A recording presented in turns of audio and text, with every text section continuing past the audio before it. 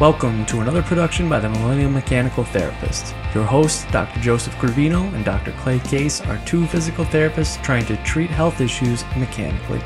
Listen further for patient cases, guest videos, advantages and disadvantages of the way they practice, and much more. Thanks for tuning in today. Check us out on YouTube, Facebook, and at our website. We hope that you learn a lot from watching this video and you come back for more.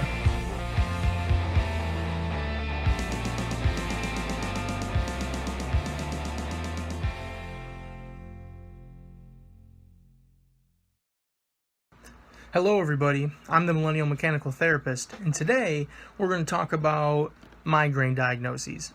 Is it truly a migraine, or has someone not been screened properly?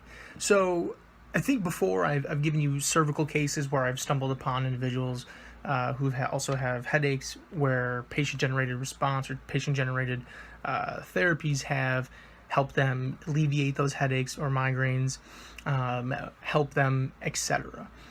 This patient's a little unique. Younger female, active, very active, into a lot of sports. She came in with complaints of central symmetrical neck pain that spread across both sides of the shoulders.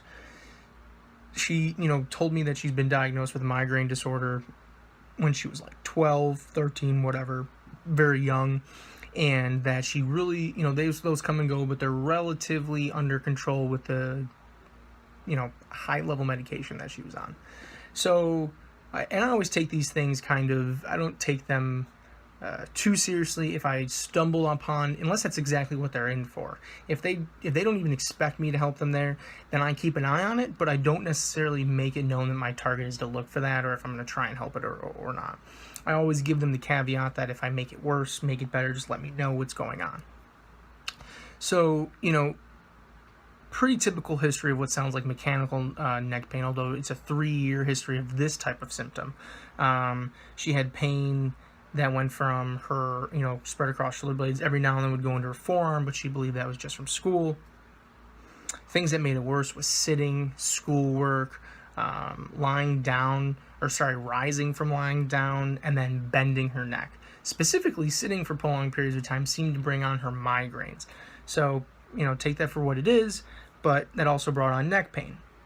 Maybe a correlation, maybe not, who knows. So we go a little bit further into the history. No real red flags. She does have histories of previous concussions, as well as, I think she's been, for being young, she was in a few car accidents. So this girl has definitely seen her fair share of trauma. And to have a long history of this pain, of this persistent pain, some would put her in the chronic pain category. I always attack patients with a mechanically mind first. Mechanically meaning I'm trying to see if any movements, postures, positions influence them first before I start thinking things like chronic pain syndromes, etc., etc., etc. Even if they only partially respond, I'd rather them have some form of self-control while receiving other therapies than not. We'll move on. Got to get my spiel in, though. You guys know that. So going forward, really no paresthesias, nothing seems neurological, no weakness. There didn't seem to be anything in her neurological screen, no reflex influence, no myotomal loss. She definitely sat with poor posture and with a severely protruded head. Didn't look like wry neck in any direction. Also no unilateral symptoms, besides the intermittent forearm pain that she was getting typically when she was writing a lot at school. So her greatest loss in range of motion when we go in the movement exam was retraction. I mean, I've seen a lot of people try and retract and not look good. This girl was just stuck. I mean, could not move into retraction. Could not move. She lived in protraction. She could not retract at all. It was ugly. And I had a student in the room with me too, which was wonderful to see that. I mean, even the student was like, whoa, she was like, man, that's bad. So, which is weird because extension and flexion seemed relatively normal. She had minor losses in rotation with some discomfort at end range.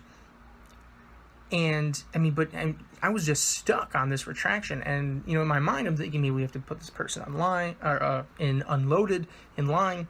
I don't know. We'll see what happens. So we go through, we bring the patient upright, sitting posture really didn't change anything. We go through, and active retraction through a lot of cueing, a lot of helping, a lot of trying to help her relax into it, started decreasing her pain. But it took a while. I mean, the first 2 sets, I don't think anything happened. There was no effect. There was no influence. And I think she thought I was crazy as I kept making her doing it. But, I mean, her huge loss in range of motion was that. So we kept pushing forward. Well, backward. Sorry. We kept pushing, as in she kept doing more. And all of a sudden, with a little bit of self-overpressure from her, she abolished all of her symptoms. Shoulders pain, neck pain, gone. And it remained gone, which was beautiful. We talked about why it would happen, what would happen. She didn't have a migraine that day. She didn't feel like, it produced anything. Great. I sent her off, but I was able to get her in the next day, which was beautiful. She walks in, very excited. She reported that she was, I think, if I haven't told you guys yet in a previous video, I might have. We're doing a lot of data tracking now, or a little bit more specific data tracking in our clinic, and she said that she was 40% better since day one, which was 24 hours ago. Love it. Love hearing it. But she did say that today she really had no neck pain, central small neck pain, but she understood. She was very knowledgeable about understanding that the centralized pain is not necessarily bad. And she had unilateral pain that kind of wrapped right above her eye. She said it was a small migraine, but she took medicine for it. She didn't take medicine for it because she didn't think it was bad enough. So I said, okay, let's see what we can do about that neck pain. Just keep me posted on the head. So I brought her through more overpressures with more self-overpressures with retraction. Same thing, nothing's happening. I brought her into more overpressure by putting her up against a wall with some padding to kind of get her a counterforce, one from the back, one from the neck, as she pushes to increase the overpressure and the retraction before I was going to put my hands on her. Within 10 repetitions, headache's gone, migraine's gone. And she was just impressed, because usually she's like, normally I have these and I either sleep it off and it's gone the next day, or it gets worse and worse and worse until I finally have to take a pill. And I've never met something that can actually make it go away that I can do.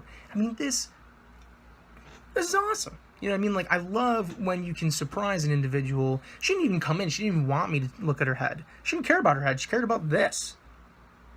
But we took care of it all. I mean, how awesome is that? And here's a girl who has a long history that would put her on the chronic pain category. She had a long history that would, that should mean that she should take long to get better. But in 24 hours, the symptoms she came in with is 40% better, and in her mind. And I gave her some power over a headache or a migraine. This is why people with these types of disorders that are being labeled as, hormonal migraines, tension type headaches, migraines, menopausal, you name it, because there's a million categories that these individuals get thrown into. And the headache market is huge out there. I mean, these physicians, and not to slam them because they're doing what they think is best, because unfortunately headaches are so multifactorial. It could be anything from stress to what you're eating. Why not see someone with who's thinking more of a patient-generated response, and at least rule them in or rule them out? If they don't respond, they won't respond. Get them out of the individual that can deal with them with medicinal interventions. Or maybe you can help them with muscle, with soft tissue techniques, blah, blah, blah, blah. Beautiful. If that's truly what it needs, if it's more myogenic than arthrogenic, you can help that individual. You can help them, especially in conjunction with another medical professional. But man, I mean, if 1 in every 10 walk in and respond to repeated movements, patient-generated responses, and that person has, for probably a while now, dealt with headaches, migraines, feeling horrible. I don't know if you've experienced one before, but it's definitely not fun. It can alter your lifestyle, alter your well-being, alter your perception of how you're living immensely. And if you can give them control, that's amazing, my friends. I mean, that is amazing. This person is going to do awesome. I'm so excited for her. We were the first individuals to, instead of giving her some passive treatment, shots, medicine, whatever, we gave her power. That's awesome. Because what is scary is the unknown. What is scary is feeling like you're powerless in this world of pain and dysfunction. But once you have control and understanding, knowledge, power over that, you become the leader again. And man, that is awesome. That is awesome. Go out there, friends, look for these things. Try and find these. Go out to the docs if you're marketing to docs, and talk to them about getting people with headaches and migraines in your office. They're tough to treat. Not all of them are beautiful like this. I mean, not all of them, trust me, I've seen plenty of people, and within 3 to 4 visits said, hey, listen, I don't think I can help you. Let's bring you back to your physician. Let's bring you back to the specialist. Too bad. This is a wonderful type of treatment if it does work. Unfortunately, for you, it doesn't. But at least that individual now knows that their situation's not mechanical. It's not coming from their cervical spine, and you were the one to give them that. So you were able to take more stuff off the table. So it's beautiful in that manner, but obviously not the hooray that you would get like this, the person we're talking about today. So, I mean, you got to be looking at these things, guys. I mean, this is just wonderful. This is a population of people that are just suffering and not getting the attention, the specific attention, the individualized assessment that they deserve. So go out there and do it. I mean, you don't have to use MDT to do it. Use whatever you do it, but just watch them move and move them. Don't just put your hands on them, because there's so many fun techniques out there that can give them 5 to 10 minutes of relief. Give them power. They have enough passive stuff out there for these people. Give them something active. Give them power. Give them control. All right, friends, I'll get off my soapbox. It was wonderful talking to you about this case today. I love these types of cases. If you have any questions about stuff like this, let us know. If you want to know anything more, I'm going to try and get the information up on this individual if I can, especially the day 2, because I love that stuff that we're doing that now. Follow us on YouTube. Subscribe if you can. Follow us on Facebook. Look at the homepage, our website. We got so many cool things going up on there, and hopefully more in the future. We love talking with you guys and hope you enjoy everything that we're doing and all the information we're trying to get out to you. This just makes our job so much more fun, so much more exciting to be able to share with everyone the fun, the wonderful stuff that we're seeing, and hopefully getting you guys excited about doing whatever you're doing out there. I'm going to leave you with what I always leave you with, guys. Move your patients early, move them often, and move them down range, my friends, because that's where the magic happens. We'll see you next time. I am the Millennial Mechanical Therapist.